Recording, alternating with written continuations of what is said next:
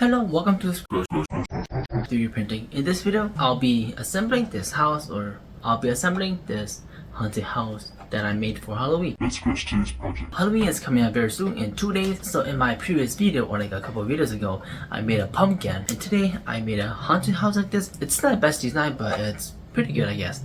So it's just like a haunted house with creepy windows, and there will be LED placeholder down here that the LED is gonna sit in there. Right here is for the battery, and I made a bottom cover too. It says "Come to me," which is in like some of the scary movie that has the ghost that keeps saying like, "Come to me," and the person goes to the ghost, the person killed themselves, so then the monster or the ghost can harvest them and eat their soul for the monster's food. Let's just go ahead and assemble this thing, and hopefully it looks really cool. Oh, and by the way, there's a hole back here for the switch. This house is kind of big, so I gotta had it set up like this. Might not be the best angle, but this is what I have to deal with. So here is all the materials that we needed. Of course, AA batteries, switch, not that switch, circle switch, and these for making the battery, these for easy connections, and these for protections. Oh, and by the way, we need some magnets too. This is gonna be the battery cover. I already inserted the magnet in here, and first time using magnet for something like this, and I hope it goes well. So let's go ahead and assemble the battery first. I'm gonna bring out my helping hand right here, put some soldering here. Telling you, man, this thing is so amazing. It makes soldering stuff so much easier. I will have a link for this in the description down below too. And of course, we need wires. This project cannot be finished without wires. So I got these wires from Filament, professional electric wire manufacturer, and it comes with all these color. But I'm just gonna use blue and yellow for this project. Not quite sure how long of a wire I'm gonna need, so I'm just gonna cut something like this. For this, I'm gonna make yellow as my positive and then blue my negative. And now time to install it in here, but we're gonna install this piece first so that we don't get any confusions. I love making myself battery holders. It's so much fun. And you can design it any way you want. Now that we got that part in, it's time to do the other part. One will go here. This is gonna be the negative part. To tell you a story, this isn't the first time I made a battery holder.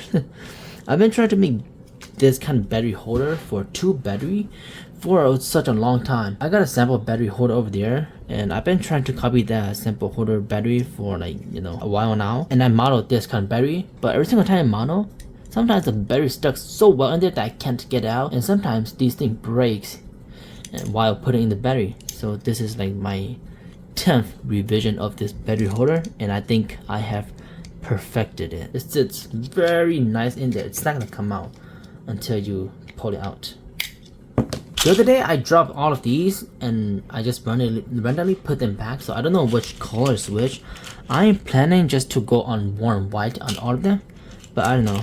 It's all messed up now, so I guess I'll just pick some out and just use it. And I'm gonna be connecting 5 LEDs with these 2 batteries, so it's gonna be in parallel instead of series connection. I gotta connect all of the positive side of the LED light to the positive side of this, and then all of the negative to this one wire. These do comes with zip ties and heat shrinks, which is very nice. It looks like I need 2 shorts, 1 medium, and then 2 long wires.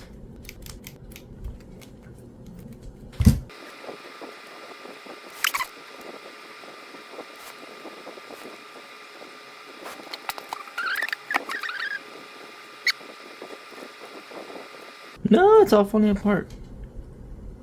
Finally did it. Oh my gosh. I need a bigger heat shrink tube. I thought it was gonna be a lot cleaner. So like this, and then twist the wire.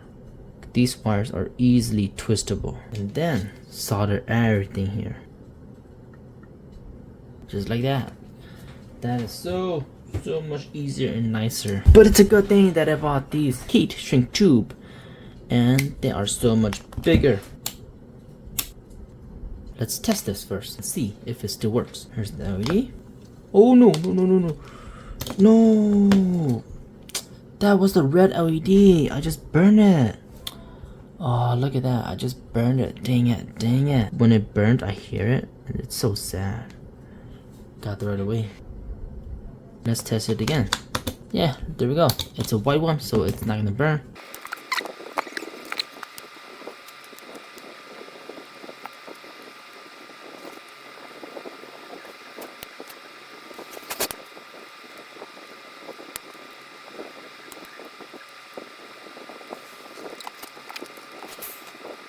Okay, let's test this once more. Yeah, look at that. Oh. Yeah, like I said, the red one is not that bright because it's on 2 volt. Yeah. Oh gosh, oh gosh. I'm short-circuited them. Look at that, it's working. Well, I'm not even gonna use I don't think I'm gonna use the orange one because it's not gonna be that bright. So I'm just gonna use this one. And this one is blue. There we go. One more final test. Okay, everything is working perfectly as expected. Like I said, I forgot to add the switch wire. So what I'm gonna do is just take off this wire from here, attach a new wire for the switch, and then reattach it back to this wire. It's gonna be very easy, simple to do. Soldering on this end, just to make it a little bit thicker so that I can put on the connectors like that. That's my goal. This side also. I think these does fit with this one or does not. Maybe it's the bigger one. Same thing like last time. I'm gonna be using these connectors. These are so common. Yeah, it is. Okay. No. Now I cannot take it out. And the reason why I put soldering on here is that when I put it here, it's a little bit thicker feather so that it does not come off when I clamp it down. There we go. It's all clamped down. It's never gonna come off. Clamped down so good. And of course, again, I forgot to add this. Damn it. Okay, we're gonna do one more final test. We're gonna be putting it to the house. It's now on. There we go. It works. It's just that this was not connected well enough. Okay, time to put everything into the house. But before that, I need to heat shrink. I don't want to go downstairs to get my heat shrinker, so I'm just gonna use this blowtorch and hopefully it works the same thing. I saw people do this and it works. Just don't go too close. Just stay. That's too close. It's burning it. Okay, there we go. It works. It works. Everything is safe and sound. Put heat shrink for all of this so that it does not short circuit or anything like that. But I'm lazy, so you know, we don't really need it, right? Connection. There we go. Push it all the way through. Sits flush.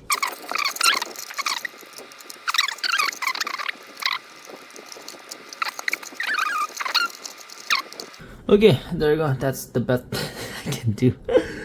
Oh boy, it's so chaotic. Make sure it's lined up in the middle. Push it in there. Perfect. And now just connect these wires, which I made them way too long. And kaboom! Yeah. It's amazing. You can see wires inside. Why this is a successful project. What we need to do is just add in the batteries. Turn it on. And they got short circuit somewhere. Oh, what? Oh, okay. I think the connection here is just not there. Okay.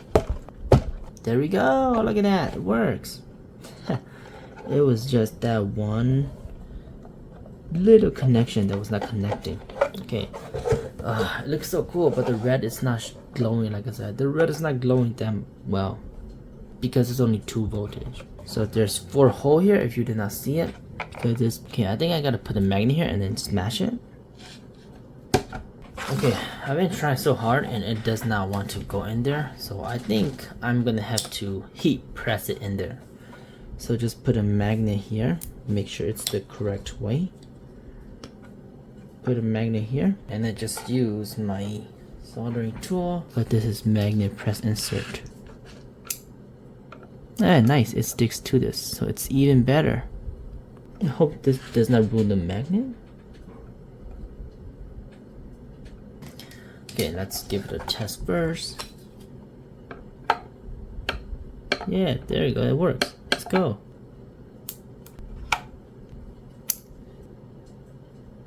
There we go. When it does not work, just use heat. And once everything is cool off, we can put in the lid. Oh my gosh, that is so that is so freaking nice. But here's the cover for the bottom. It does not quite fit because I made the tolerance way too tight. If I put everything in here, look at that, it's fully enclosed. Turn off the light and look at that. Looks really cool. Not just this. Boom! Look at that. Wow. Come to me.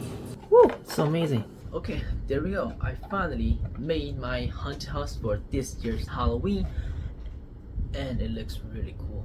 Here we go. Oh my gosh, look at that. It's glowing. And from the back, it still looks really cool. The door opens, but I did not make it closable. I feel like if I print this in red or even orange transparent filament, it might even look way more cooler than the white one. You know what? Let's end the video like this. Dark with this, with the haunted house. Ooh. Well, yeah.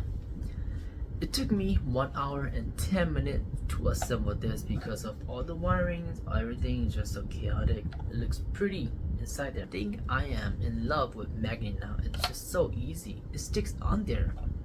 The magnet sticks there and it's quite secure. It's not gonna fall off if you do this. And it does not take that much of a space. If I were to do a dovetail joint or any other kind of joint, I would have to keep experimenting with the tolerance. But this, you just use magnet and it just sticks in there. I think I might use more magnet in my future projects and get even stronger magnets for other things. But that will be it for this video of me making this haunted house. If you guys enjoyed this video, you better leave a like. You better subscribe to this YouTube channel because more amazing things is coming in the future. And if you don't, this Halloween might not be as much fun for you as any other Halloween. Because on the 31st, any place, anywhere you go, you will see me and I'll be there to look at you. Calling, come to me. Come to me. So you better subscribe to the channel.